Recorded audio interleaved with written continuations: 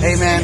Hi, what up? It's your boy Noel G, a.k.a. Hector in the house, man. How you guys doing out there? Just want to let you guys know, man, if you never, ever quit, you can never, ever fail.